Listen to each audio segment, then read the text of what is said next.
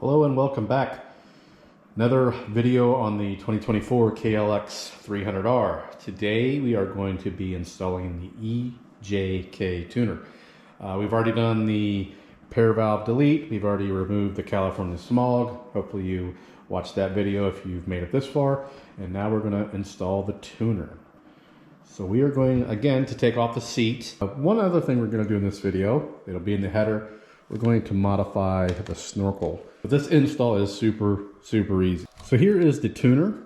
It has a ground wire, and then it has the pigtail that goes near the injector we just unplugged.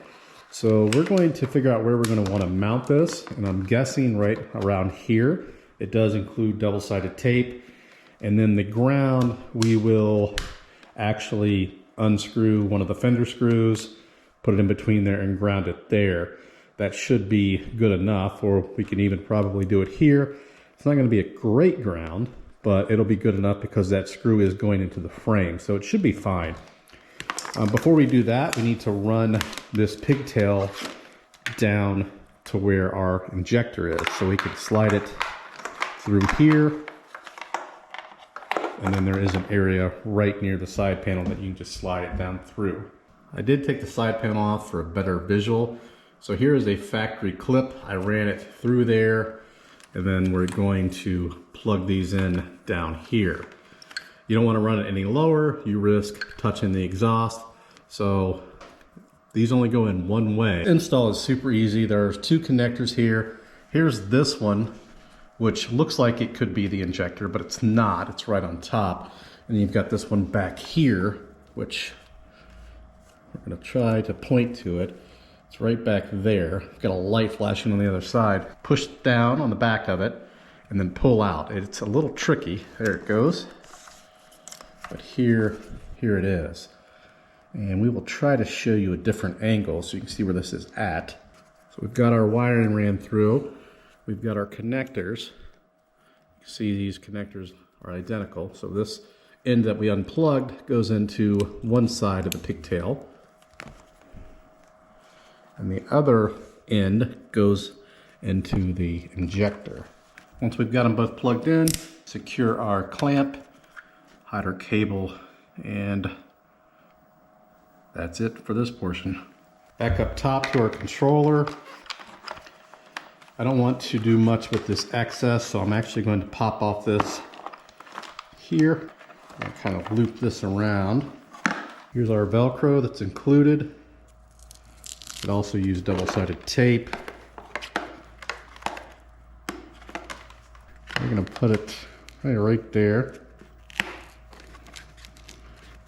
Still get to our buttons. It won't interfere with anything. We could loop this cable around. Just like a clean look, because this ground cable is really long. We could cut it and put a new end on it. That would probably be ideal. Got everything held in place.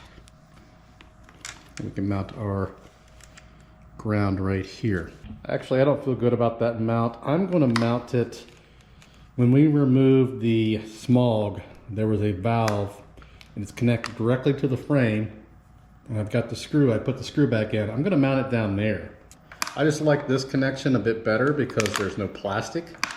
Here's the screw, and we can just loop this around in here, and we'll show you once we get it in there where it's located. And here is that screw that we're using for the ground. It goes directly to the frame. That will work out very nice. I actually end up moving the tuner a little further down. It's a nice little cubby there. There's really no reason to have it all the way up there. I can still reach all of the buttons. Last but not least is this snorkel. I'm not even sure this is going to be necessary for me, but we're going to go ahead and remove it. It's for 10mm bolt.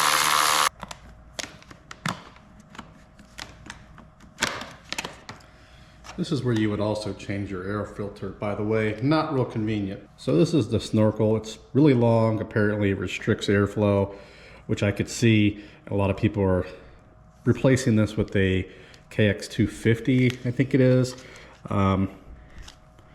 You just kind of squeeze this out of here. I've seen people use screwdrivers. We're going to see if we can just muscle it out, which Before we go any further, this is the replacement.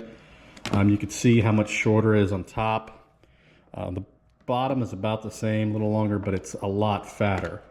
And apparently this fits right in here, which it looks like it will. This other one's pretty in there pretty well. So here we're just putting the screwdriver in here, and we're just going to try to pry this out of its home.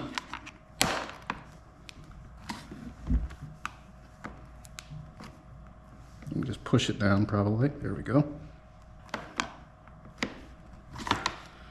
Just push it through the hole.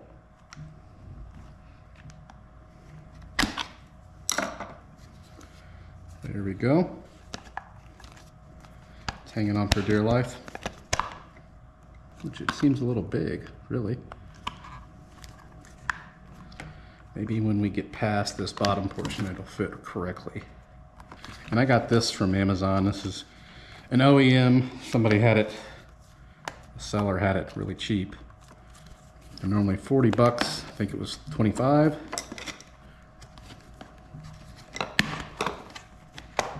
Yeah, it'll fit fine. We just got to get it past.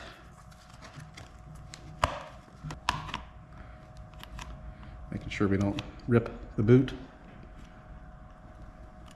Okay, we've got this boot installed, or this snorkel as they call it. We can go ahead and button it back up.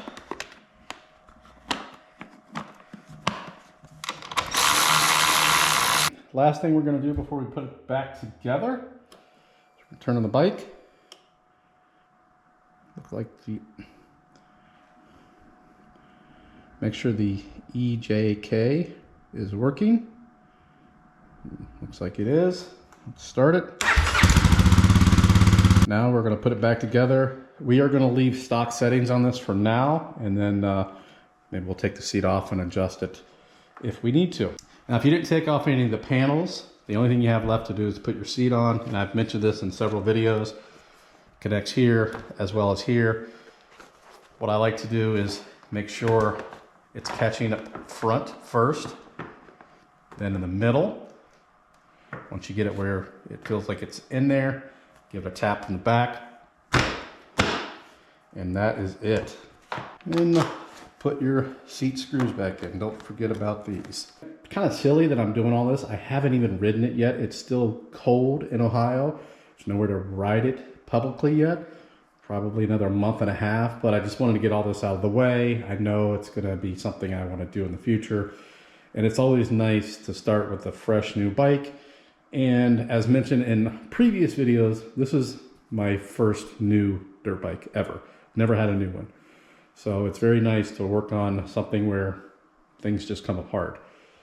But that's going to do it. If you have any questions or comments, post those below. And as always, thanks for watching.